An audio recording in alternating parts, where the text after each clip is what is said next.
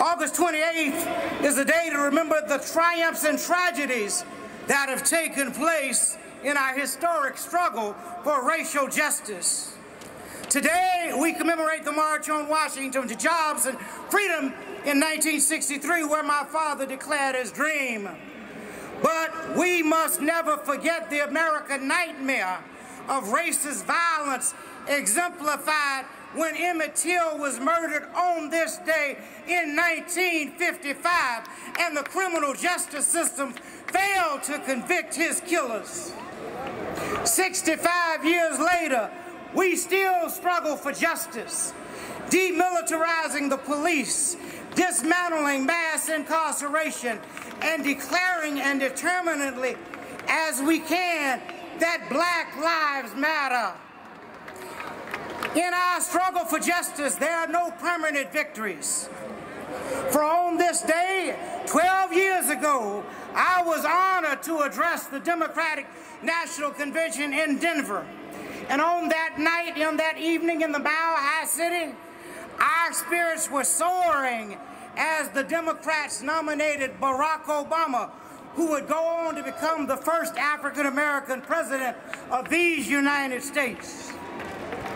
But the progress we celebrated then is imperiled yet again. And now we must march to the ballot box and the mailboxes to defend the freedoms that earlier generations worked so hard to win. In so many ways, we stand together today in the symbolic shadow of history. But we are making history together right now. We're marching with the largest and most active multi-generational, multiracial movement for civil rights since the 1960s. From high school students to senior citizens, Black as well as white, Latino, Asian American, Native American, Pacific Islanders, Americans are marching together, many for the first time, and we're demanding real, lasting, structural change. We are marching together for time-honored goals and in timely ways. We are courageous, but conscious of our health.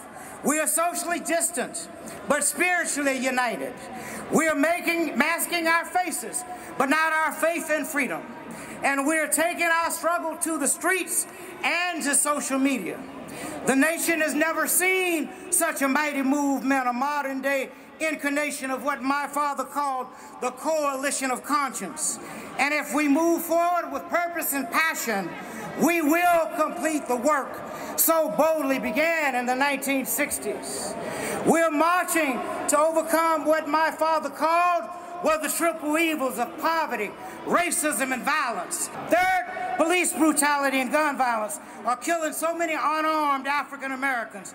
Today, we march with their families, and we say their names: George Floyd, Bohem Jean, Breonna Taylor, Eric Garner, Michael Brown, Tamir Rice, Yusef Richardson, Terrence Crutcher, Trayvon Martin, Elijah McClain, and so many others.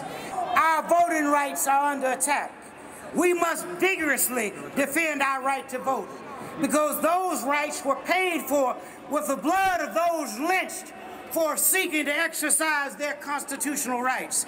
They were paid for with the blood of civil rights workers, such as Sammy Young Jr., Goodman, Swearty, and Cheney, Jimmy Lee Jackson, Viola Liuzzo, James Reed. Those rights were paid for through the sacrifices made by heroes such as C.T. Vivian, Fannie Lou Hamer, Hosea Williams, and John Lewis.